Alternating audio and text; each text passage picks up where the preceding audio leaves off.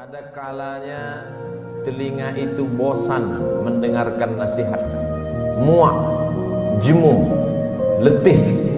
Ada kalanya akal itu tidak lagi bisa diajak untuk berpikir, susah, payah, karena sudah terlalu penuh dengan berbagai macam maklumat, informasi, penderitaan dan kesusahan.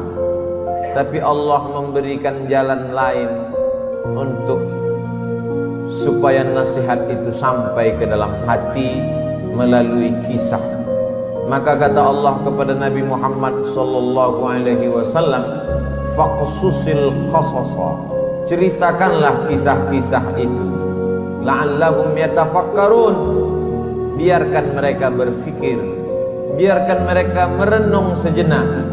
Selama jantung masih berdetak, selama darah masih mengalir, mereka masih hidup, hati mereka masih bisa diajak untuk berkompromi.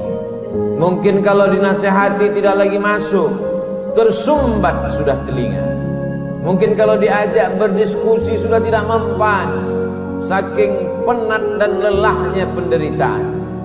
Tapi kisah-kisah masih menyentuh ke dalam hati sanubari manusia, karena nafas masih berhembus, hayat masih berada di kandung badan.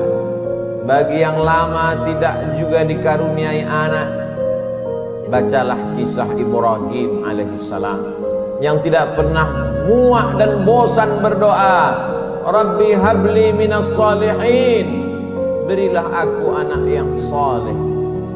Bukan setahun, bukan 2 tahun, 86 tahun lamanya menikah dengan Sarah, tidak juga dikaruniai anak.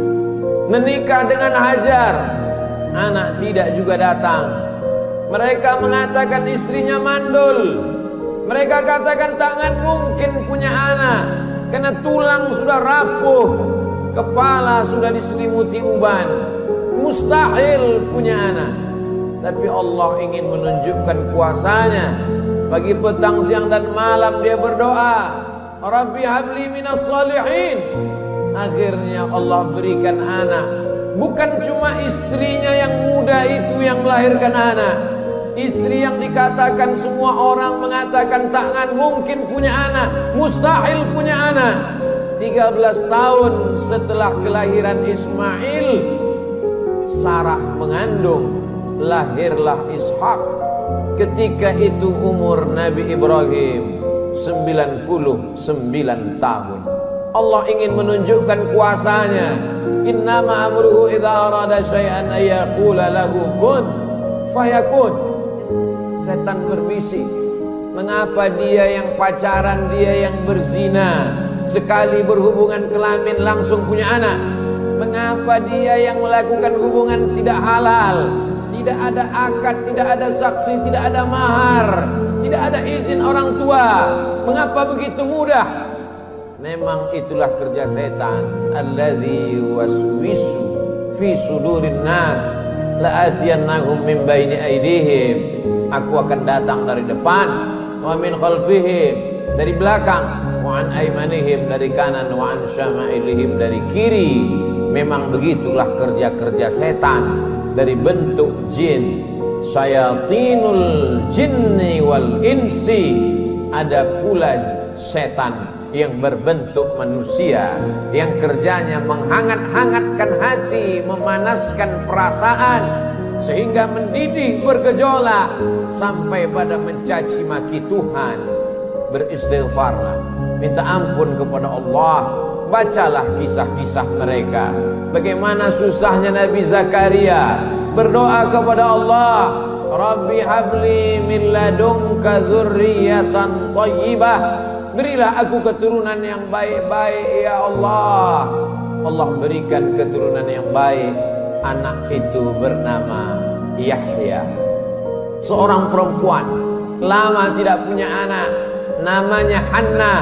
Dia berdoa kepada Allah, Rabbi ya Allah, inni aku nazartu, bernazar, laka ma fi batni muharrara.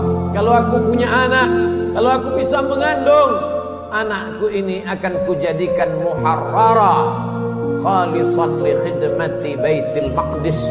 Dia tidak akan menjadi petani, dia tidak kusuruh bercocok tanam, dia tidak akan mencari ikan di tengah laut menjadi nelayan, dia tidak akan menjadi pegawai kerajaan. Dia hanya akan aku jadikan muharrara, menjadi pelayan Baitul Maqdis. Hidupnya hanya akan menjadi pelayan rumahmu ya Allah. Dia tidak ada kerja lain. Kuwakafkan anakku ini untukmu ya Allah. Fataqabbalaha rabbuha. Allah kabulkan doanya biqabulin hasanin wa ambataha nabatan hasana. Anak itu tumbuh dengan pertumbuhan yang baik. Wa inni sammaituha Maryam. Anak itu aku beri nama Maryam. Wa inni u'idzuha bika wa dzurriyyataha. Aku minta perlindungan kepada engkau, bukan hanya kepada dia, wa dzurriyyataha, tapi sampai kepada anak cucunya, minasyaitonir rajim, supaya jangan sampai dia diganggu, digoda oleh setan yang terkutuk. Begitulah mereka orang-orang yang soleh. Ibrahim, Zakaria, Hannah, suaminya Imran. Satu surat khusus untuk mereka. Nama suaminya Imran, nama istrinya Hannah. Hannah melahirkan anak Maryam, Maryam melahirkan anak Isa. Mereka orang yang dekat dengan Allah, tapi tetap diuji oleh Allah. Mereka orang yang dipilih Allah, tapi hidup mereka juga penuh dengan penderitaan dan kesusahan. Lalu siapa kita yang baru sekali dua menempelkan kening ke lantai, bermunajat kepada Allah, merasa hidup mesti senang, hidup mesti tenang, hidup mesti kenyang, padahal kita tak layak untuk menenteng sandal alas tapak kaki mereka. Kita bukan apa-apa dan kita bukan siapa-siapa. Bagi yang hidupnya selama ini berada di istana yang megah dan cantik, penuh dengan emas berlian permata harum semerbak, tiba-tiba tercampak dan terbuang. Bacalah kisah Musa alaihissalam. Dibesarkan di istana Fir'aun, lengkap dengan pelayan, makanan pakaian terjaga bersih rapi, penuh dengan dayang-dayang. Sampai akhirnya dia melihat ada dua orang yang sedang berkelahi. Fawakazahu Musa. Musa melerai, jangan kalian bergaduh, jangan berkelahi. Tapi kedua orang ini tidak juga menghentikan perkelahiannya. Fawakazahu Musa. Musa meninju dan memukulnya. Orang yang dipukul itu mati. Dan kebetulan yang mati itu adalah masyarakat kelas atas, masyarakat keluarga Fir'aun. Musa takut. Dia pergi bernaung di bawah kayu yang rindang sambil berpikir meninggalkan istana Fir'aun yang megah, gagah, perkasa. Ketika Nabi Muhammad SAW Isra Mi'raj, Nabi melihat dari Burak turun ke bawah. Dia lihat ada pohon yang rindang di tengah gurun pasir. Nabi bertanya kepada Jibril alaihissalam, pohon apa itu Jibril? Jibril menjawab, itulah pohon tempat bernaungnya Musa alaihissalam ketika dia terusir dari istana Fir'aun. Ayah tidak ada, ibu tidak ada, istri tidak punya, anak apalagi, sebatang kara, terbuang jauh dari istana. Satu-satunya berpegang teguh hanya kepada Allah.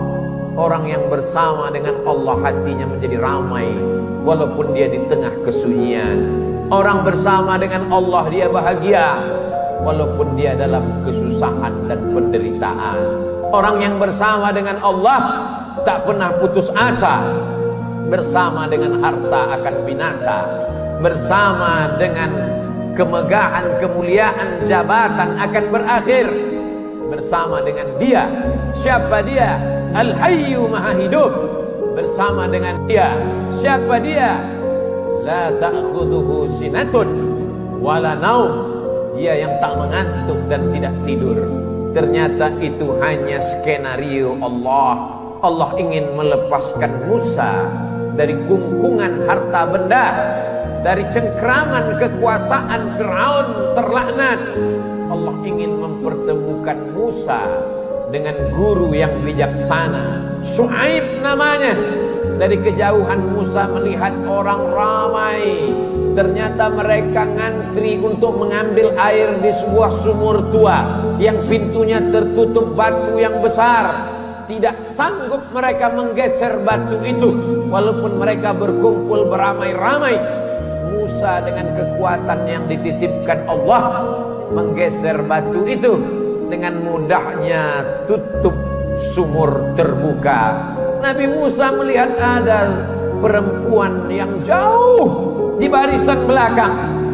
Dia panggil perempuan itu untuk mengambil air. Ternyata perempuan itu membalas budi Musa.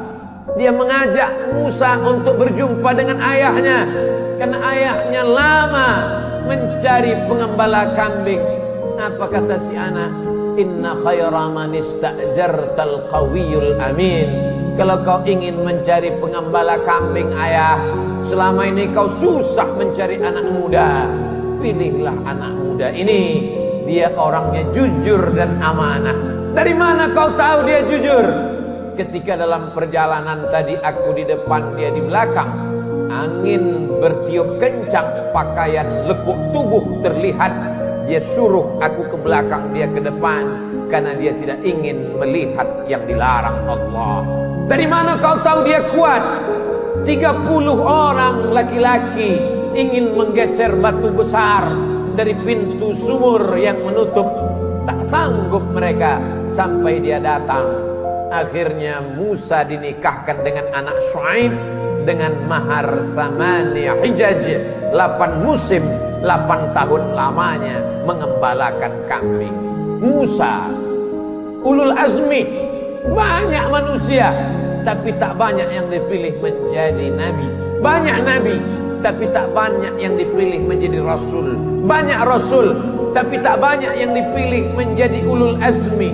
Musa salah satu ulul azmi. Musa yang diajak Allah untuk berbicara. Wa kallamallahu Musa taklima. Tapi sungguh pun begitu, pernah juga dia merasa terasing, kesunyian, kesepian, tercampak, terjatuh dari istana yang megah. Lalu siapa kita? Kita sedang diajak Allah untuk membanding-bandingkan diri dengan orang-orang yang soleh, yang hebat itu. Engkau yang ditugaskan untuk menjadi guru agama, menjadi juru dakwah di tempat yang jauh, di tengah hutan belantara, melewati air gelombang pasang, melewati sungai, melewati batu karang yang tajam, sampai di tempat tujuan tidak disambut dengan tola'al badru alaina. Kau tak disambut dengan marhaban, kau tak disambut dengan permadani merah, kau tak disambut dengan sukacita. Dicaci maki, diejek. Akhirnya hati merasa marah, panas, meninggalkan dakwah, masuk ke dalam perahu. Perahu terombang-ambing di tengah lautan. Nampaknya barang-barang mesti dicampakkan. Satu persatu barang-barang dibuang ke laut. Namun perahu tetap juga penuh akan tenggelam. Mau tidak mau, suka tidak suka, penumpang mesti diundi. Dan undian itu jatuh ke tanganmu 3 kali. Kalau sudah 3 kali tak ada pilihan, kau mesti dicampakkan ke tengah laut. Mulut ikan nun sudah siap menganga menelan, berada dalam 3 kegelapan. Gelap malam, gelap lautan, gelap perut ikan. Ada kalanya kita merasakan kegelapan, hutang keliling pinggang, satu pun tak ada yang suka. Kawan menjadi lawan, keluarga menjadi musuh. Apa yang dapat kau ucapkan? Itu yang dirasakan oleh Nabi Yunus alaihi salam. Dia hanya berucap dengan mulutnya, la ilaha illa anta subhanaka inni kuntu minaz zalimin. La ilaha illa anta, tiada Tuhan selain engkau. Subhanaka, maha suci engkau, aku yang kotor, aku yang hitam, aku yang kelam, aku yang bergelimang dosa. Inni kuntu minaz zalimin, aku sudah zalim, aku sudah aniaya, aku sudah buat dosa. Apa yang dilakukan Allah?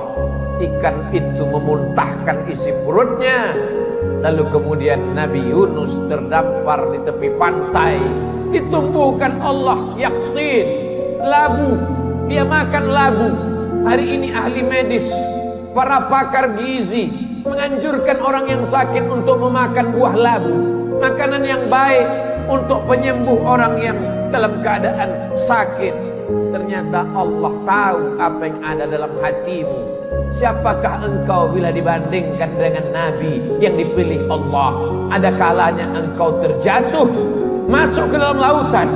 Lautanmu bukan lautan Nabi Yunus, perut ikanmu bukan perut ikan Nabi Yunus, gelapmu bukan gelap Nabi Yunus.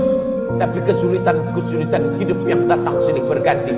Tak ada yang dapat kau lakukan kecuali berkata, La ilaha illa anta subhanaka inni kuntu minaz zalimin. Ada orang-orang yang mengajak engkau untuk berargumentasi, untuk berlaga, tapi bukan dengan otot. Mereka mengajak engkau berkelahi, berdebat dengan otak. Otakmu cerdas, IQ-mu hebat, IP-mu tinggi, sarjana, S1, S2 dan S3. Kau akan menang melawan mereka. Mereka bertanya, A'anta fa'alta hadza bi alihatina? Kaukah yang sudah menghancurkan berhala-berhala kami? Kaukah yang sudah meluluh lantakkan sembahan-sembahan kami? Dengan ringan dia menjawab, Bal fa'alahu kabiruhum hadza. Bukan aku yang menghancurkannya. Yang menghancurkan berhala ini, patung-patung ini adalah patung yang paling besar. Lihat dari lehernya ada kampak. Dialah yang sudah menghancurkan. Ternyata orang-orang yang hebat berargumentasi itu, ketika dia kalah, dia tidak pakai otaknya, tapi yang dia pakai ototnya, yang dia pakai tenaganya, yang dia pakai kekuasaannya, yang dia pakai jabatannya. Kumpulkan semua kayu-kayu, bakar. Mereka membakar Nabi Ibrahim karena kalah berdebat dengan otak. Mereka pakai otot, jabatan, kekuasaan, tenaganya mereka pakai. Bakar, harriquhu, bakar dia. Tidak ada tempat berserah diri kecuali Allah. Nabi Ibrahim hanya meminta, bermohon kepada Allah. Apa yang dikatakan Allah, apa yang dikirimkan Allah. Allah tidak kirim tayran ababil. Allah hanya berkata, Ya nar, wahai api, kuni bardan, sejuklah, wasalaman, selamatlah ala Ibrahim. Api itu redup, api itu yang selama ini membakar, menghanguskan, meluluh lantakkan, membinasakan. Tapi kali itu Ibrahim keluar dari api unggun dalam keadaan salaman ala Ibrahim, selamat untuk Ibrahim. Ibrahim kita ucapkan bukan sekedar pemanis bibir di ujung lidah. Ibrahim kita sebut kama sallaita ala Ibrahim wa ala ali Ibrahim, kama barakta ala Ibrahim wa ala ali Ibrahim. Kalau anakmu mati, ternakmu mati, kebunmu kering kerontang, segala penghasilanmu hilang, tak cukup sampai di situ, penyakit pun datang, orang-orang menjauh. Bacalah kisah